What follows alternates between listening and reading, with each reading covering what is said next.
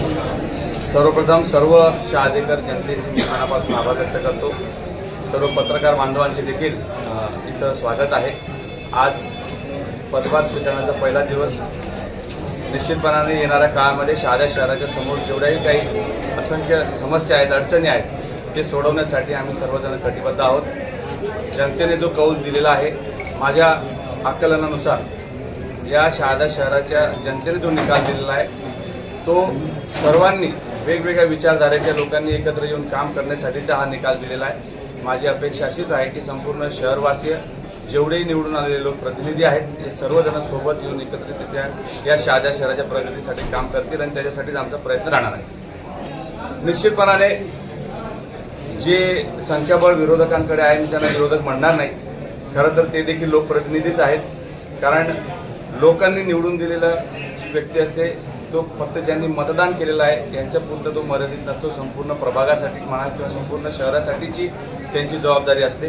त्यामुळे माझं प्रामाणिक मत असंच आहे की विकासाच्या दृष्टिकोनातून कुणीही निवडून आलेले प्रतिनिधी विरोध करणार नाहीत। जे काही मतभेद असतील ते कालांतराने हळूहळू, कारण की प्रत्येकजण आपापल्या प्रभागाच्या विकासासाठीच आपल्या समस्या मांडणार आहे, त्यामुळे त्याच्यामध्ये वेगळं काही समजण्याचं कारण नाही। मागच्या काळात अशीच परिस्थिती तात्यांनी अतिशय कलापूर्वक अतिशय उत्तमरित्या हा सगळा 5 वर्ष कार्यकाळ सांभाळला होता। तसं काही फॉर्म्युला राहणार आहे का, की विरोधकांना काही सामावून घेणार आहे? निश्चितपणाने मागील पंचवार्षिकमध्ये म्हणजे 2016 ते 2021ची जी आमची बॉडी होती, त्याच्यामध्ये संख्याबळ काही प्रमाणामध्ये असंच होतं, परंतु समन्वयाची भूमिका सर्वांनीच घेतली होती। त्याच्यामध्ये प्रामुख्याने मकरंद भाई यांनी देखील गटनेता म्हणून अतिशय समन्वयकाची भूमिका घेतली होती। नगरपालिकेच्या निवडणुकीमध्ये आरोप प्रत्यारोप झाले, मतभेद झाले, परंतु सर्वजण अतिशय जबाबदार लोक आहेत। अतिशय आपल्याला जी लोकांनी जबाबदारी सोपवली त्याची जाणीव असलेले लोक आहेत। त्यामुळे यावेळेस देखील सर्वजण सहकार्याने, समजदारीने शहादा शहराच्या विकासामध्ये आपापलं योगदान देतील असा माझा ठाम विश्वास आहे। शहादा शहर तसं बघायला गेलं तर विकासाच्या दृष्टिकोनातून खूप मागे गेलेलं आहे।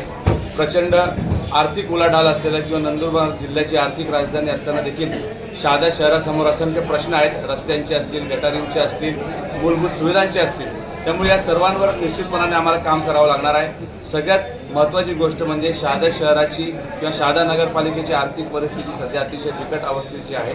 त्यामुळे निश्चितपणाने येणाऱ्या काळामध्ये हे सर्वात मोठं चॅलेंज शहादा नगरपालिकेमध्ये असणार आहे की विकास कामांसाठी निधी कसा उपलब्ध करून घ्यायचा किंवा जास्तीत जास्त प्रमाणामध्ये लोकांची कामं कशी होतील याच्यासाठी सगळी कसरत असणार आहे। जनता विकास आघाडी खरं बघायला गेलं तर सर्वच राजकीय विचारधारेच्या लोकांचे म्हणा किंवा वेगवेगळ्या मतांच्या लोकांचा आवाज म्हणून एकत्र आणलेला हा प्रयोग होता।